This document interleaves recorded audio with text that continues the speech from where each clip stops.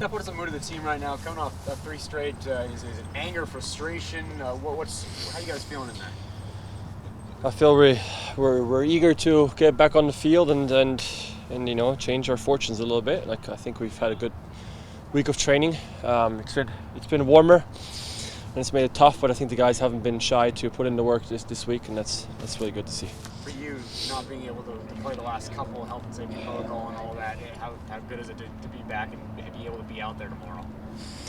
Yeah, great. I'm excited. It's strange when I was really looking forward to those 2 away games, and a new stadium as well, and just for us to try to get some more points and move forward. But obviously, first and foremost, I thought we were in exceptional hands with Cleveland. I thought he had very good games on both games.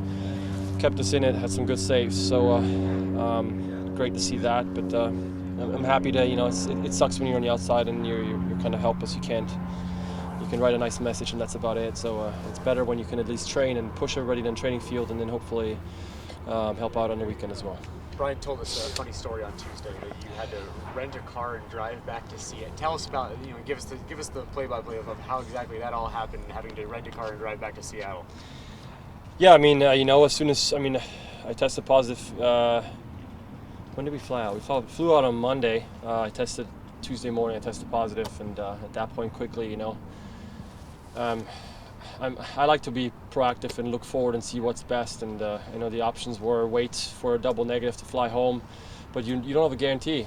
That could be in 5 days, that can be in 12 days. And so for me, I was like, I need to get home so I can be assured that when I am negative, I can get back on the field and train and get ready for the next game. And so for me, they told me 35 hours drive, which I probably didn't know what that meant at first.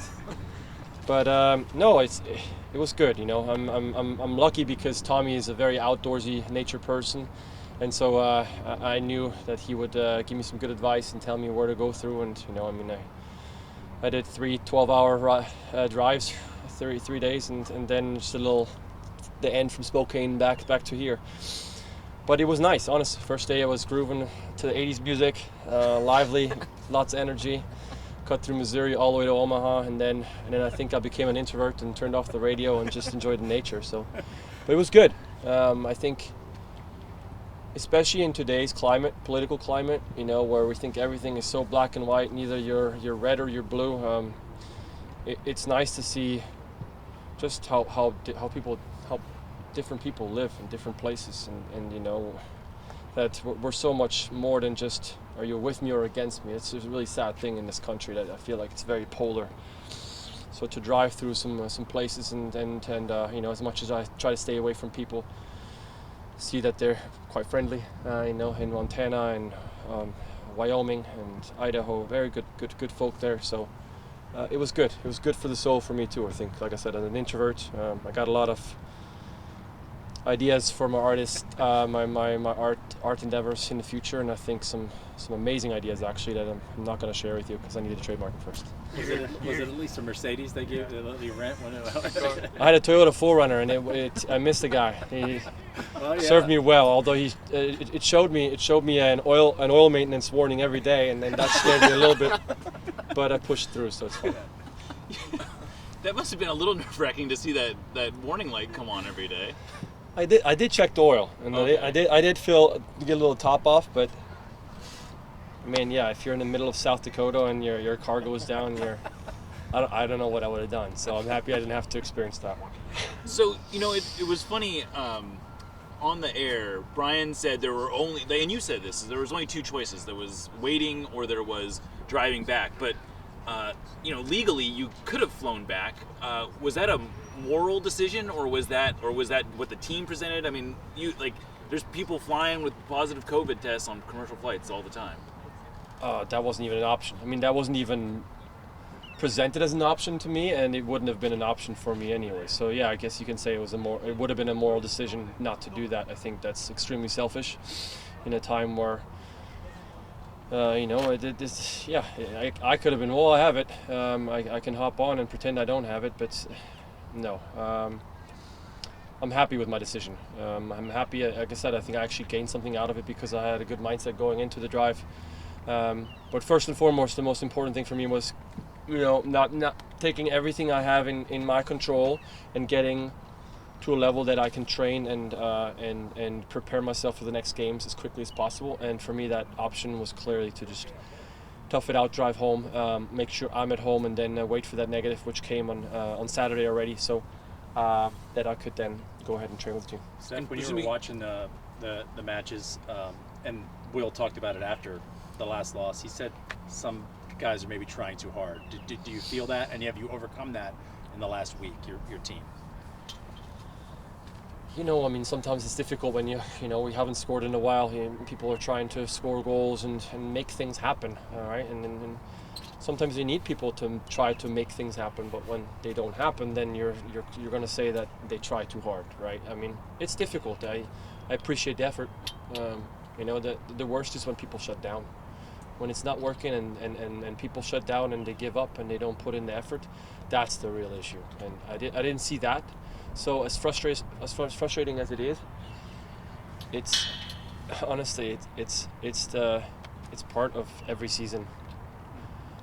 Will knows that, I know that, we all know that. It's just every team goes through spells that you know are coming and you try to avoid like the pest, but it just happens and it sucks. You're trying hard, and it's not clicking. Things are not working the way you want them to, but these are also the moments you grow, find confidence in each other, that the way you fought through a tough stretch, and that will help you in the end run. Maybe to close the book on this, what did you feel very sick during that trip? I mean, I guess that would have been the other risk, is that you would have started to feel sick while you're... Yeah, I mean, the option was also to test on the road and see if I got a double negative early, and then maybe park the car and hop on a flight if that was possible. So we're kind of, trying to be smart at the same time. My wife was awesome and booked me hotels in advance, and I tried to have no contact with people as much as possible, get in my room and not really eat too much in actual places, takeout. And at first I was a little excited, I get to do a McDonald's for a couple days, and after one meal I was so disgusted with myself. I was just craving a caprese and a chicken breast. But no, it's, I was lucky because I've been vaxxed, I have booster, great medical staff around me. I think the first night was pretty awful. I'm not going to lie. I mean, probably one of the worst fevers I've ever had in my whole life. But it kicked it right away. So I moved through it very quickly, and then I felt confident the next day to go ahead and drive and get on my journey home. Feel 100% now? Yeah, I feel great. Feel awesome. At first it was a bit strange to put on the mitts again and get pelted by Tommy. I think that it's a crazy thing. It's almost like sometimes in preseason when you face your first shots, you feel your fingers just hot. The power that you face in your knuckles, and I felt that for the first couple of days. Yeah, because driving I wasn't really getting, my fingers weren't getting any pounding. So Tommy made sure I'd be ready for the weekend and let me have it this week. So. Similar to that, just the instincts, they came back after a few days, because obviously part of your position is really about that, not thinking about what you got to do, but just doing. It takes a couple of passes here and there to get that sharpness back. I feel good though. I feel mentally good, and that's the most important, I think, for a goalkeeper. I feel physically, I feel fit, and the sharpness is there, confidence. So I'm happy to be able to hopefully help out the team again and turn the ship around. You've obviously seen Colorado before, but what stands out about them coming down? They're very dangerous in set pieces. I think they have a very, very good delivery and have quite a good size on them. When they bring their center backs up, but also Rubio, Zardes. Those guys are pretty good in the air, and Zardes is now starting to click a little bit, which is scary. He's a good player, and I think Barrios has always been up for it against us, even when he played for Dallas. Crafty, speedy guy on the outside, so we'll have to be careful the way they work together. Azardes checking in, and in a Rubio or a Barrios or someone from wide going in behind and trying to exploit maybe the space that Zardes is creating for them. So I think their front four are very dangerous, and we have to be careful. Yeah, how do you you're not going to tell us technically, but that's how important is for the defense to control that space between the back line and the midfielder, that space right there, and just to communicate.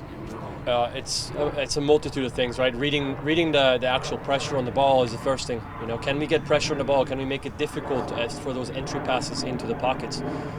Can we close lanes? Can we give direction? It's all communication, right? I mean, I think as a goalkeeper, I try to give as much communication as I can to the line in front of me. But then if that line in front of me can give even more communication to the one line in front of them, you know, just sometimes it's one or two steps to the left to really make that lane so tight that it discourages them from playing it into the pocket. That goes a long way, because the ball never gets played.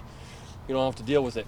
The other thing too is, you know, if we have to have a center back step out into that secondary because Zardes does drag him out and we want to be tight, we don't want him to receive there in turn, can we make sure that we collapse behind and secure, so that we're not vulnerable with that gap that Zardes is trying to create.